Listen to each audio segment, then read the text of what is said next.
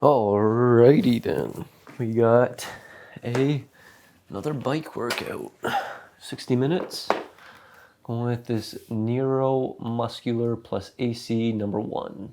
So the past few days I've been biking and did legs as well. So my legs have been a little bit sore, and I was looking at this workout a little bit. It looks like a good workout. I don't think it'll be too tough. It'll be a good challenge, but nothing too crazy. But when I was riding yesterday, my feet were getting really sore.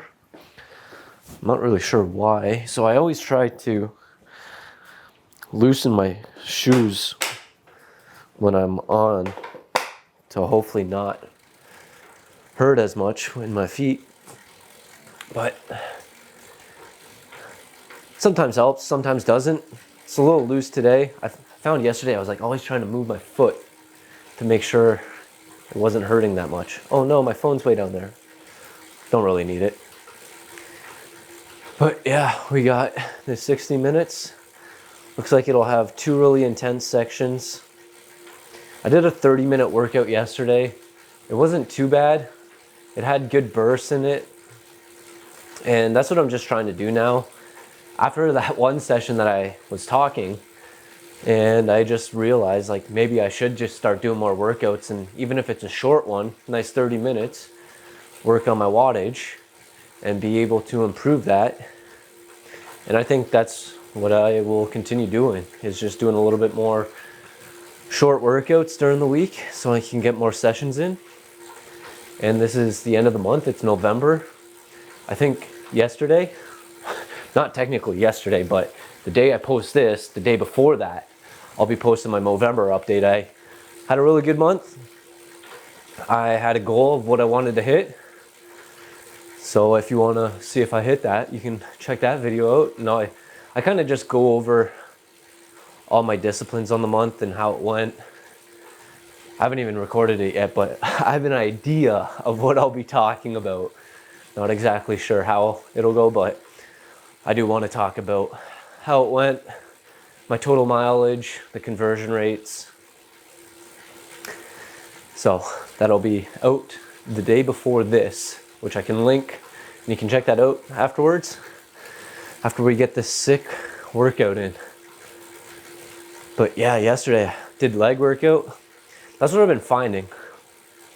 After my leg workouts, my legs have been getting really tired. And I think it's because my legs aren't as used to it, because when I got injured, I stopped doing legs and I was basically only doing upper body because of my foot. I didn't want to put any pressure on it. And then it just led to me not working out. The only workouts I would really do is biking. And obviously that's a little bit different than actually, say, I haven't been squatting, but those specific types of workouts where you're putting your muscles to work, different muscles, different exercises, different forms of activity. And a lot of my glutes and quads have been a little sore. So maybe that just will help me a little bit, because I'm able to push through it while I have this soreness going on. Progressive overload, just trying to get better one day at a time. However I can do that, that's what we're doing. But I was having this conversation the other day with a buddy, and we were talking about confidence. And one thing I've realized with my confidence, specifically, it's gone up so much over the past few years. And the reason being, in my opinion, is because I do a lot of the stuff that I say I'm gonna do. And I wouldn't say I'm seeing a lot of the results, but I do see some of the results. And that helps build my confidence, because when I say I'm gonna wake up at 5 a.m. and I wake up, that starts to add up over time. When I say I'm gonna eat clean and I eat clean, that adds up over time. When I say I'm gonna work out and I work out, that adds up over time. Even though I might not see the results or any of that, it's just something that I say I'm gonna do, and then I do it, and it builds my confidence up. And I think if confidence is something that's troubling, I think just starting with those small things and then actually doing what you say you're gonna do. And then they just pile up. And then over time, you get more confident. And that's what I found worked for me.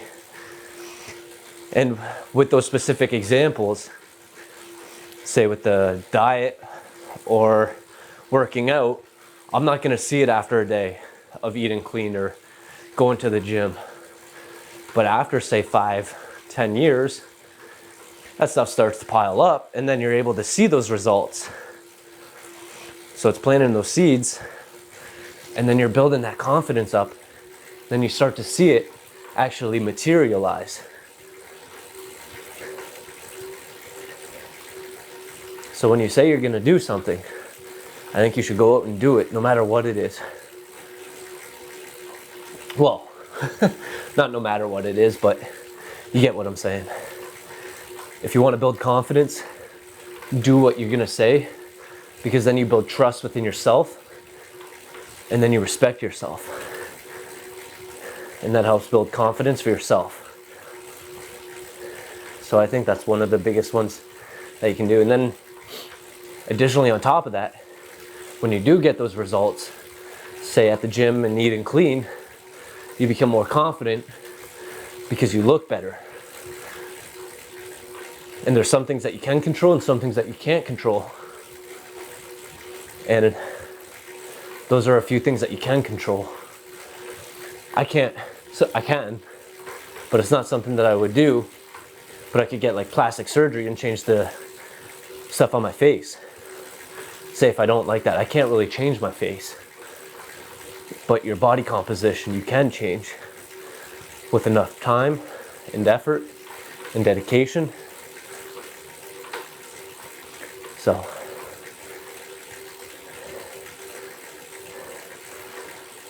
I just realized that I got a new bike unlocked, and then I clicked it, then I clicked to the other one, and it doesn't look like I have an aero bike anymore. It's not a big deal, but people think I'm riding a road bike right now when I'm not. Got to make sure that they know I'm riding a TT bike. We'll have to fix that after. For my snacks, I got my peanut butter ball, which I've made a video on for one of my top favorite healthy snacks. Extremely quick and easy. And I made the balls a little bit bigger this time. Not on purpose, but they're a little bit bigger. And this is a good way to save money, as opposed to just buying, say, gels, those waffle things, any of these types of supplements that companies sell. It's just a great way to save money. Or you can just make your own peanut butter balls, or you can make any snacks that you want, but these peanut butter balls are so quick and easy. Got a lot of calories in it. And then you don't gotta buy these supplements or these snacks that companies sell. Save some money there. All it requires is about 10 minutes of extra time every week or every 2 weeks to prep them. And then outside of that, you're set for a week or two, depending on serving sizes that you make and how often you eat them. So I got the peanut butter balls and I got an RX bar. I don't really need it, but my day's just been pretty hectic, and I just ate lunch. So I'm doing this bike workout, and then I was planning on going for a run afterwards, and it's just a way for me to get some calories in, so I'm not piling everything up closer to dinner, because I don't feel like trying to shove 2,000 calories in a small window. So it's just a way for me to get extra calories in while I'm doing something and not pushing them off, because I could wait till after I'm done this and after I'm done the run, and then I could eat. But by that time, it's probably gonna, oh, didn't realize I was going up. But by that time, probably going to be 2:30, and then I got about a 2.5 hour window that I'll probably need to get around 2 to 2,500 calories in. So that's one thing that biking is just time consuming. And then if you don't have the snacks while, then you gotta make up for it afterwards and shove them in. So I think that's always a good way to prepare and make sure that you're good to go before, got everything you need, and then you can just have a good bike workout. Get some calories in at the same time.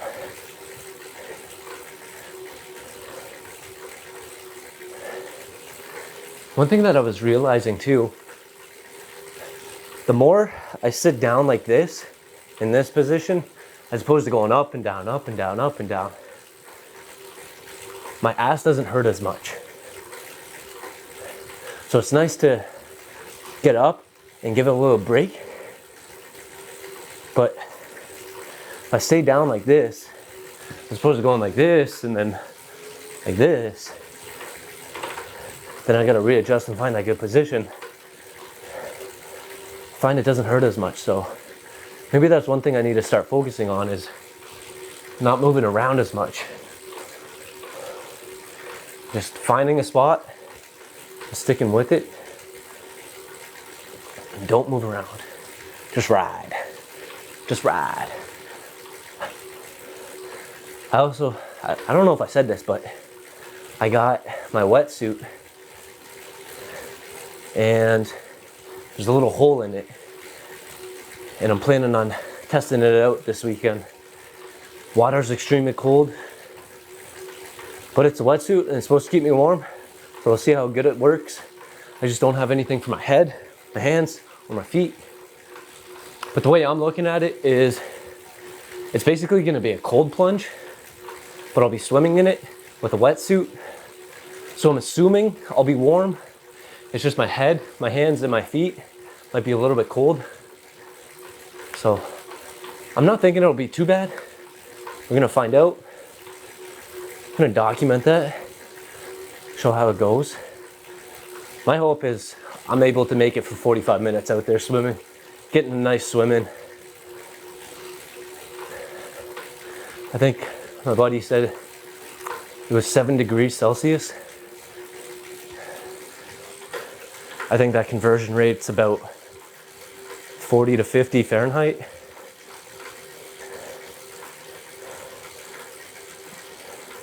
So it'll be a nice little dip in the pool.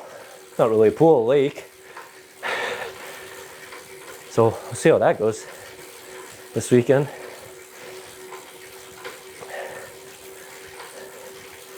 It's another thing that with Ironman training, and I realized that after talking to a lot of people, you really got to have good time management skills when doing this, because it can be a big commitment. And that's why a lot of people don't commit to doing a full Ironman. They do maybe a half Ironman.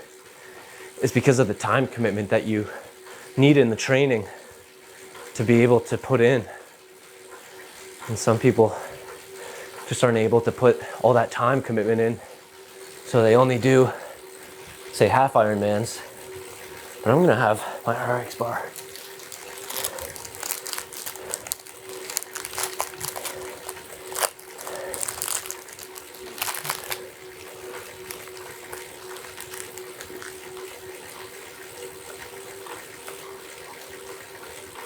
Not even halfway through.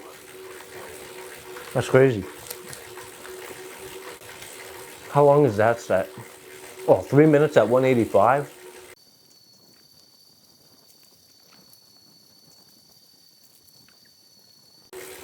Oh, I'm about to start. I got a mouthful of this bar. Oh, this is all good. So I was thinking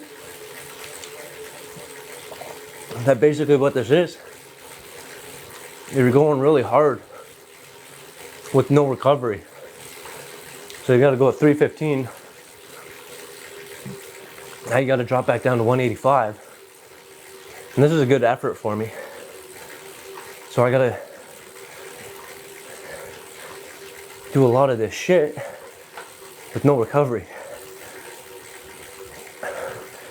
Which, now that I think about it, seems like it's gonna be a lot harder than I originally anticipated. Because there's no recovery. 2085 is not terrible though.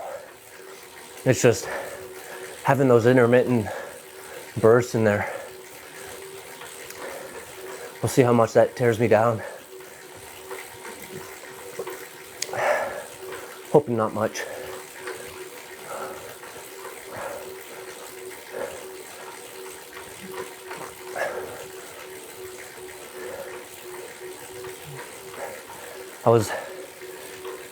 There's this one guy I follow, and I just think he's built a really cool platform where he's got a lot of followers, and it's like a community of all the people with similar mindsets and similar goals. Observe your cadence and heart rate throughout the effort. And it just made me think, like, what he's built is really cool. How he's got a lot of the same people that are striving for similar goals. And that's why they follow him. Because he sets the example. I think that's just really cool. And that's what I'm seeing a lot of now, though. With a lot of the people that are either blowing up or have a following. They set the example. They are the example. They don't just talk. They actually walk. And that's why the people follow them. Because they actually, say with Sam Solik, he's the example. He walks it. He goes out there.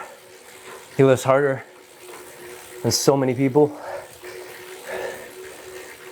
It's funny, you might think you lift hard, but then when you watch Sam lift,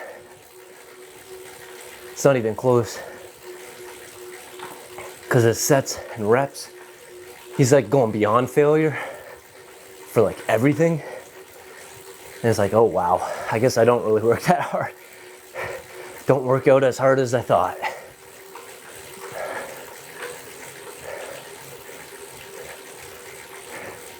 But I think someone like that is just a good positive example for people to get motivated to go out there and do that stuff and just set the tone. And it creates other people that fall behind them. And then they look up to him for motivation and have that standard set. It's another thing I've been thinking about a lot. Standards. And just what you accept in life. And those are your standards. Ever since I started listening to Andy Frisella, it's amazing how much my standards have raised, because he talks a lot about this stuff that, oh man, my knees are starting to hurt. It's not good. Talks about a lot of the stuff that he does, where he'll wipe the piss off the seat on the toilet, or he'll pick up the garbage, sweep the floor, whatever it is. And then I start to do that myself, where I'll be at, say, the gym, and I'll see some toilet paper or paper towels on the ground left out, and I'll go out of my way to put that away, clean it up, do whatever.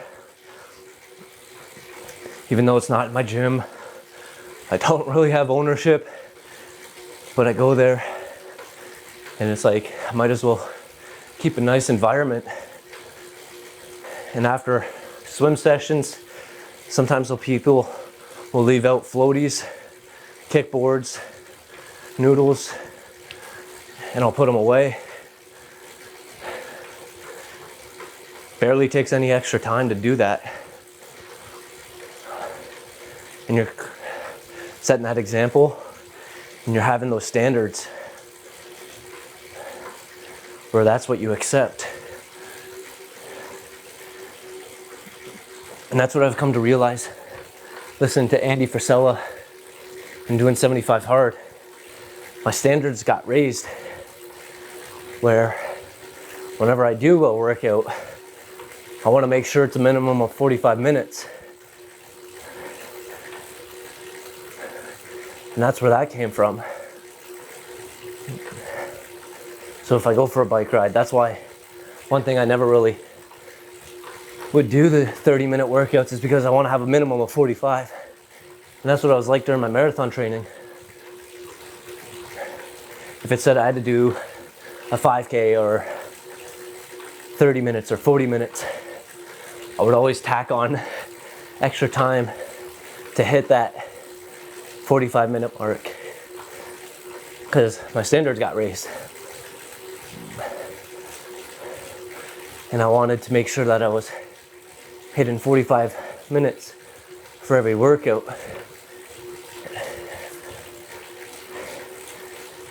At least twice a day, too. Oh, fuck, sorry.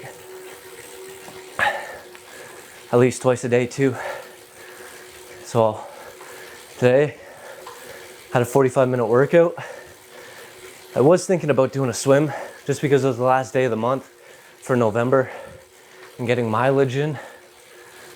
But I woke up too late and then I didn't feel like going, so I did a workout. Now I got this. And then I'm planning on doing another run after, just because it's the last day of the month. Get some more mileage in. My foot's been feeling better, which is good. I've done, is it 2 runs this week? Or is this gonna be my second? I can't remember. I think this is my second run. Or is this my third? Either way, my foot's not hurting, which is good news. Just need it to stay not hurting. Because that's been the biggest factor in me not being able to train for runs so far during this Ironman. But the good news is I still have, I think, about 7 or 8 months left. So I just gotta let it heal so I can go back out there. And that's one thing I've never been good at. Just taking it easy and letting it heal. Last year I had to do that after my half marathon. I'm 2 for 2 right now, getting injured after my marathons. So I'm on a good streak right now. After my first half, I think it was my IT band. And I had a run streak going and I didn't want to break it of running at least a mile a day.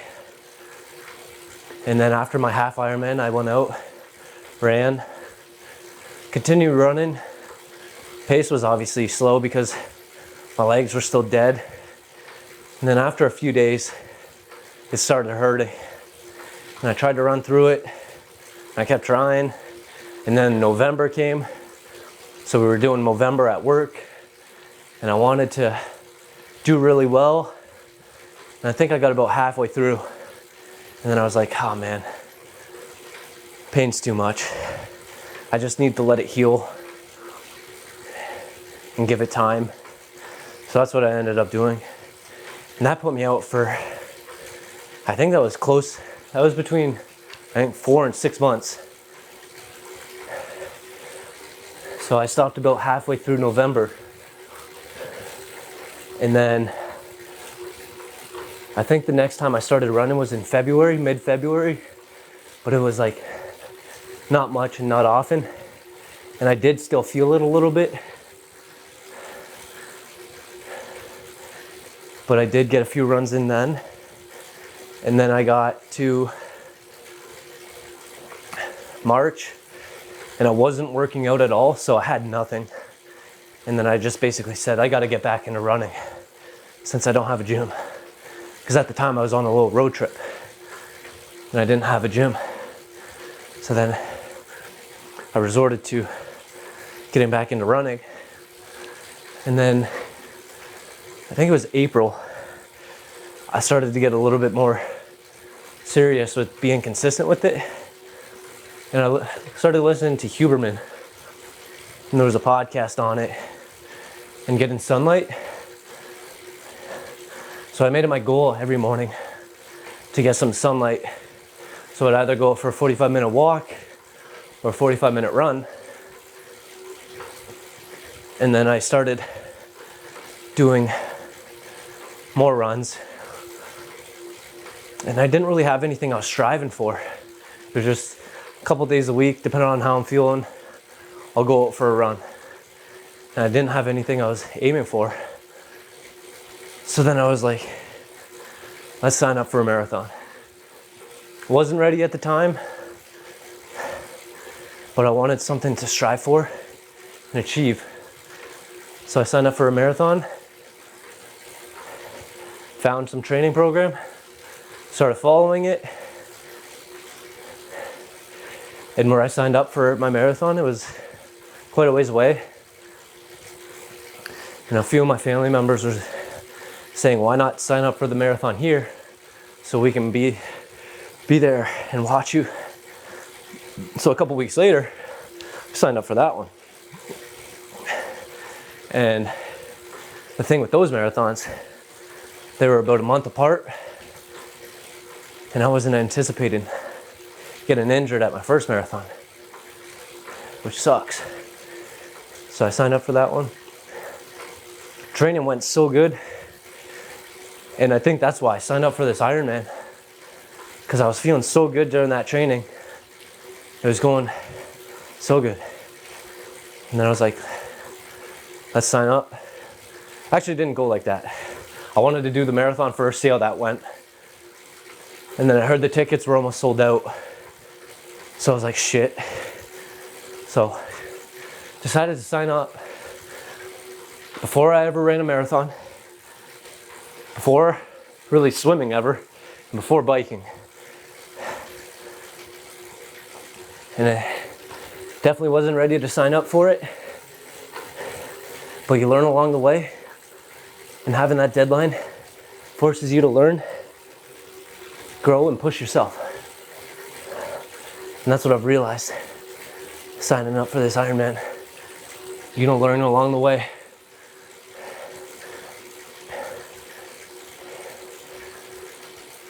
Because I think if I knew how shit I was at swimming, how much work I would need to put in, I don't think I would have signed up. I would have kept saying, I need to learn how to swim, I need to get this, I need to do that. And I would have just kept putting it off, and it never would have happened. And I could have been like, yeah, I'll start swimming then, and I'll learn how to swim, and I wouldn't be dedicated to it, or as dedicated as I am right now, to swimming 5 days a week, sometimes 6. I probably would never go. I would just make up the excuse. Why go? I don't need to go. I'm not training for anything. So just lighten that fire under your ass. Say you want to sign up for a marathon. Don't wait till you're ready, because you're never going to be ready. Sign up, and then you're going to get ready. It's like the analogy goes,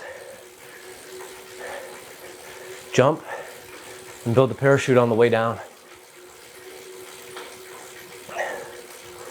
So if there's anything you ever wanted to do, there's never going to be that perfect time for you to be ready for it. Whether it's starting a business, starting a YouTube channel,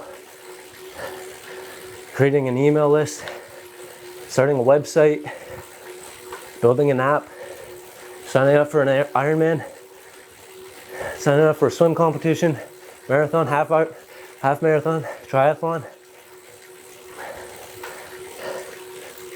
It'll light the fire under your ass. I've been saying that to myself too with work, because I have started a business, but work takes up a lot of my time. And I think if I just quit work, it would light that fire under my ass to pursue the business that much harder. And it would give me a lot more time.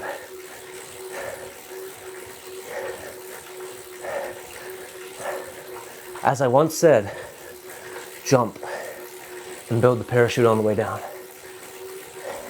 Maybe I need to take my own advice. I'm not the best at that.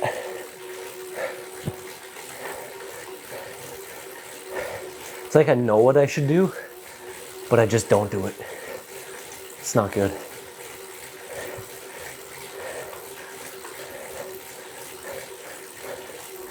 Oh man, I'm getting tired.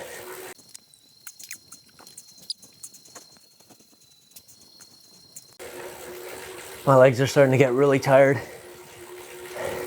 This no break bullshit, it's getting tough. But this is a dig deep. You think you're at the end of the race, end of whatever it is, you're tired.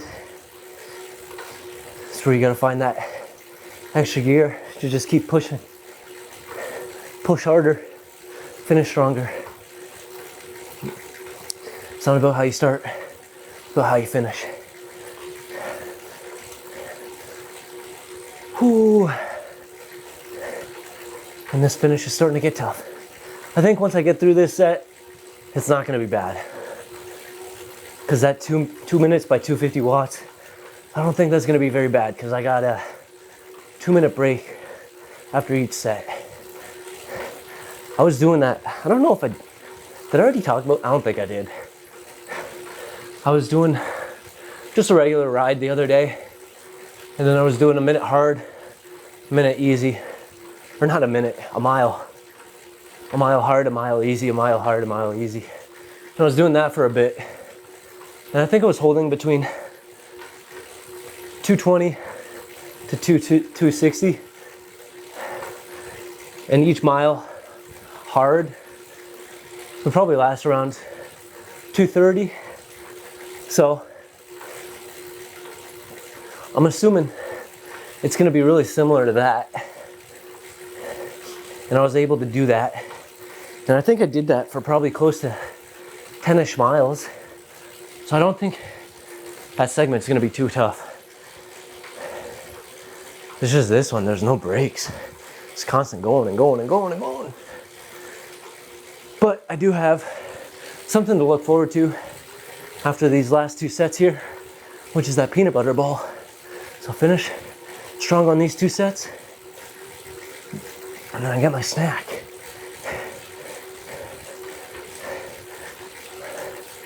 Woo.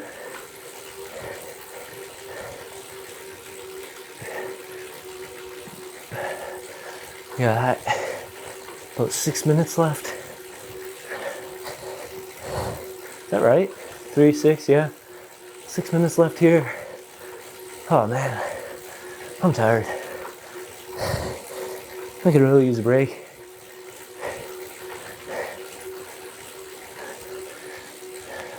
So I haven't done a tough run afterwards or a long one, and I haven't really done a long bike ride followed by a run. So it's tough to say, but my runs after my bike rides are honestly not bad. I'm basically running at my usual pace. My heart rate's about the same. So it'll be interesting to actually get out there after, say, a long run or a long bike ride, and then going out for a run, or after a bike ride doing a hard run, seeing how I'm able to do that, seeing how it's able to affect me, if it's tough, if it's not tough, And if I'm able to push through it, I try to do the transition as quick as possible. Prep, make sure I got my clothes ready, my shoes. Today I didn't. I wasn't too concerned about it because it's more of a last minute decision to go for the run after this bike. So today I wasn't too concerned about it, but usually I'll have my clothes prepped and ready to change into, my shoes ready, but it'll just take an extra 2 seconds to get all that ready. But so far, my runs after the bike have not been bad at all, which is really interesting, surprising. We'll see if it maintains that way once we do, say, longer rides. Because I remember the first time I did, I think it was 85 miles. I was toast after that. My legs were dead. I was just thinking to myself, there's no way I could run after that, because my legs were hurting. And I think the crazy part is about that, my legs were hurting for quite a bit after, say, a good week or so. And then I just don't know if like they ever really truly recovered from that time, because I'm constantly going. There's not really much breaks, but I would say I have recovered from it just because of how long ago that was. It's just the amount of volume that I do. My legs are just typically tired. Muscle soreness, muscle fatigue.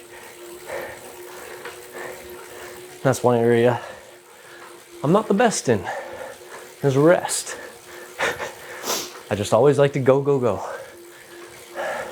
The more efficient you are in the endurance effort, let's see what this says. The stronger you will be for the AC efforts. What's AC? AC. Aerobic. I don't know. What was the title of this? Neuromuscular and AC? I don't know. I'm starting to have this though. Oh, look how big that is. You probably can't see it, but I made these big.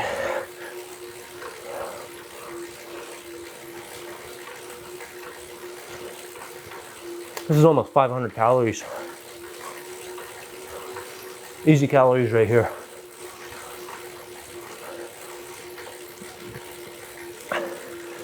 Much better than buying supplements.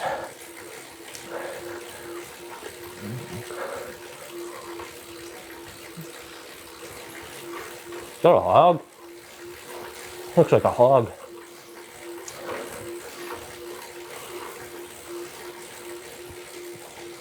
Man, tough to eat and bike, chew, and swallow. Especially because this is pretty thick.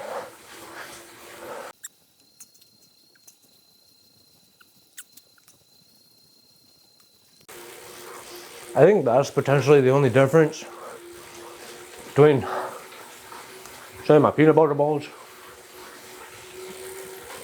and those products that you buy is how easily consumable they are. Because I think they try to make it as easy for you as possible. Because when you're on the bike or running, you want to make it easy for you to eat.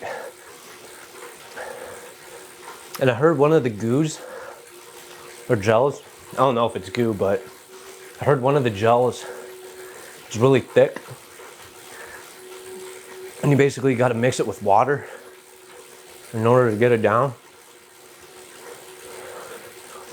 So I think that would probably be the main difference between, say, the peanut butter balls and, say, the waffles or gels. Just a lot easier for the other stuff.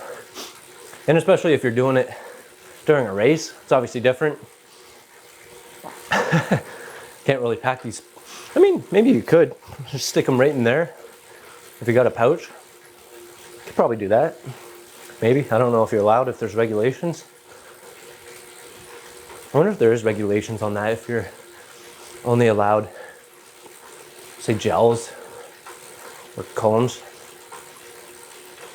Because if I could, I wouldn't mind packing bananas or apples or something. Maybe figs. Apricots. I wonder. All right, need some water for our last set.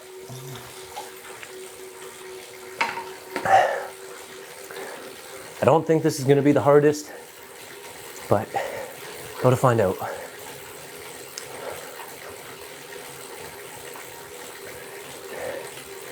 Try and keep a high cadence. Focus on our heart rate, see what we're at.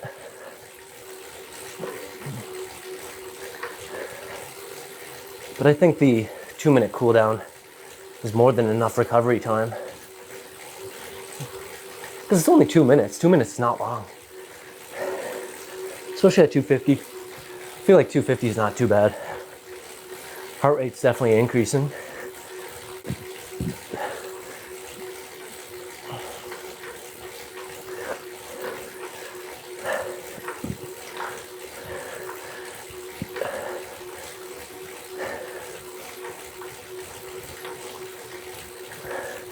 Oh, my ass is starting to hurt.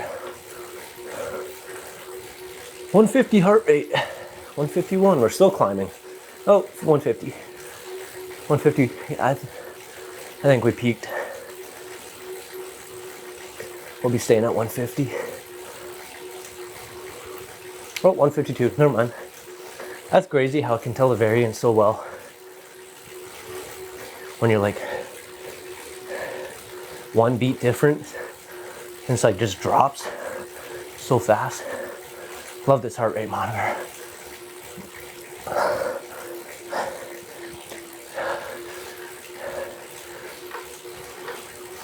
Yeah, I think these efforts are gonna be a bit harder than I expected. It's starting to get pretty tough.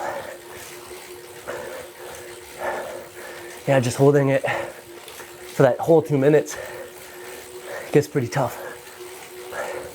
Up to about 130 I was fine. But last 30 seconds, that was a struggle. Woo. There we go. Nice and easy here.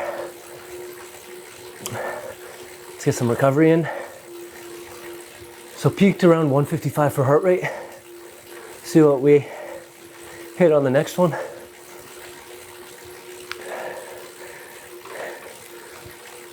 Crazy how fast it's dropping too.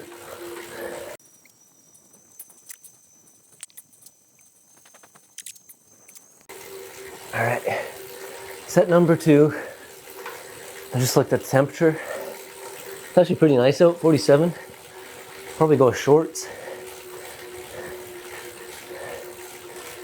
Shorts, and a sweater, long sleeve. I don't really have any winter running attire. I just bought a headband because I ran the other day. My ears were freezing. I think it was about 20 degrees Celsius. So it wasn't that cold, and it's probably gonna get colder unless I move. So I figured I might as well get a headband if I'm gonna be running out in the cold. Because my ears are freaking cold. Oh man, these efforts are harder than I expected it to be.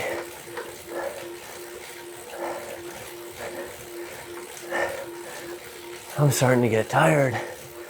I don't know if it's because of the first set with the 315 and 185, why I'm so tired during this, but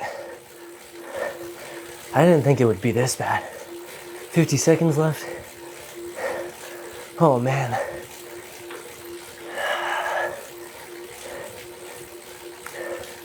Going 30 miles per hour. Man, I just want to ride outside. I do really like riding inside though. The convenience, being able to do workouts follow a plan. It's so easy, so nice. Don't have to prep and get ready. If I ever have to go to the bathroom, I just take a quick pause break, head to the bathroom. Whereas if I'm on the road, I'm just struggling, thinking, don't take a piss. We're almost home. And then you gotta wait. Oh, one more. All right. Yeah, those are hard. What was my heart rate? 156? About the same as last time. But my legs are dead right now. Oh, they're feeling it. Feeling it good. Woo. Oh, man. I don't think I was expecting it to be this hard, to be honest. I was thinking the other 8 set one was going to be harder because it's got the 315 180, no brakes, but maintaining 250, my legs are getting really tired from that. A lot more tired than they were during the other set. But I don't know if it was flipped and I did this one first and then I did the other one second, how I would be feeling if that would be harder. And it's just the order of events that I did everything. So that would be interesting to think about. That's actually one thing I plan on doing more during this training, is shorter sprints to work on my speed. Because I think that's one area that I need to work on the most. Because I believe I have the endurance, at least when I was training for my marathon, I had the endurance down. I just didn't have the speed. So I need to work on speed. And one thing that I didn't really ever do, say like 200 meter sprints, 400 meter sprints, whatever it is, like just going to a track and doing that. I had strides at the end of my runs, but that would only ever be 5 strides for about 10, 15 seconds. Whereas if I did a whole workout based on 200 meter sprints or 400 meters, or say varying it 100, 200, 300, 400, I don't know. I've never really seen workouts like that. I'd either have to make it up myself or try and find some online. Are those hogs? I think those are hogs. But I think that's one thing I'm going to be working on more. Because I would do workout intervals with my runs where I would be, say, 5 minutes at half marathon pace or 3 minutes at 5K pace, which is great. But those were maybe like 15 minutes of a 60-minute run. So it's not really as much as I would like.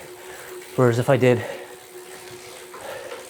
45 minutes or 60 minutes of sprint intervals on a track, I think that might be more beneficial for me to be able to get faster. Oh man, last 30 seconds. 35 to be exact. My legs are tired. Starting to sweat a little bit. Heart rate's up around the max. It's been, I don't know what it was like on the first set though, but during this set, we're at its max. Finish strong, 15 seconds. It's not about how you finish or start, it's about how you finish. Put that effort in, finish strong. All right, here we go. There we go. Nice and easy. That wasn't too bad. That last segment was harder than I expected, but we made it through. Just another day at the park.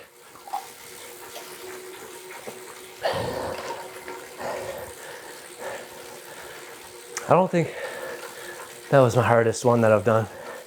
I think my first one that I did was the hardest one. I can't even remember it, but All I remember is it being really hard. So I must have picked a hard one to start with. And now I'm just easing along. Or I'm just getting stronger and better. Or maybe a bit of both. Probably a bit of both. But that first one, I can't remember what it was. I think it was like the 18 set thing. 15 seconds, 15 seconds, 15. I can't remember. But that was brutal. Well, we got 5 minutes left here. New Year's almost coming up.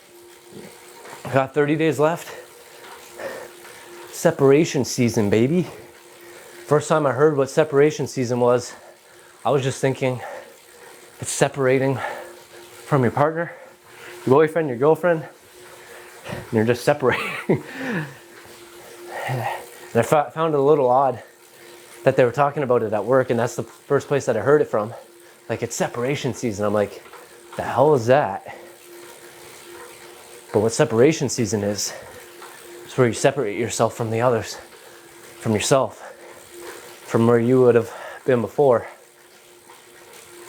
If you didn't decide to put in the work and effort, where you're thinking, oh, it's holiday season, only a month left in the year, I'm gonna take it easy this month, eat a bunch of candy, eat a bunch of chocolate, because that's what I do this month.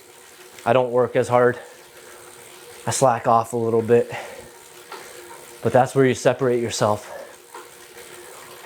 You put in that extra work to separate yourself from what you otherwise would have been. You say no to that dessert. You say yes to those healthy foods. And you end up becoming a better version of yourself. Better version compared to everyone else, because they're slacking. They're saying it's holiday season. I'm allowed to slack off. This is where my standards fall. And this is where my standards are during this month,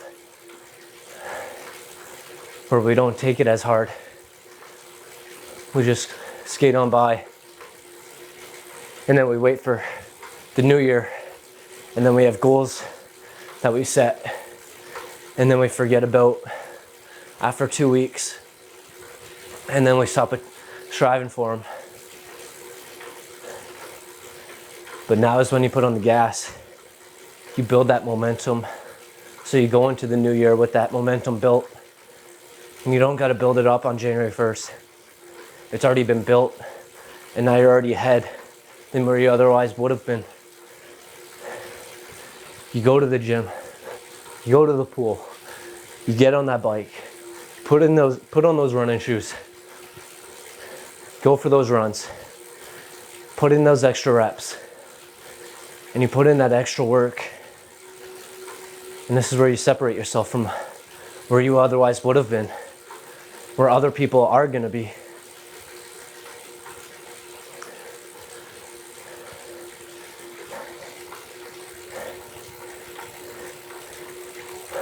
All gas, no brakes.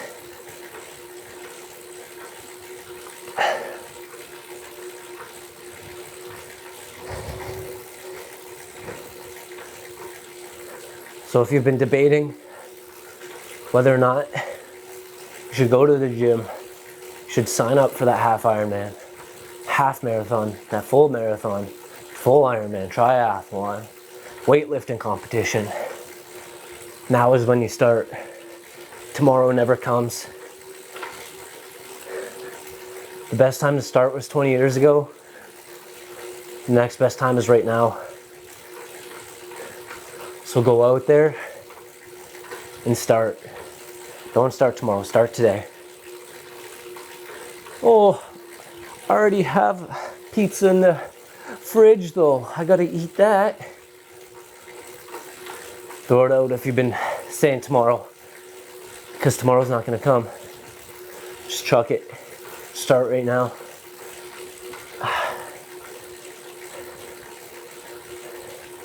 One of my quotes that I used to have on my phone's wallpaper, the one that always stuck with me was, today was tomorrow yesterday.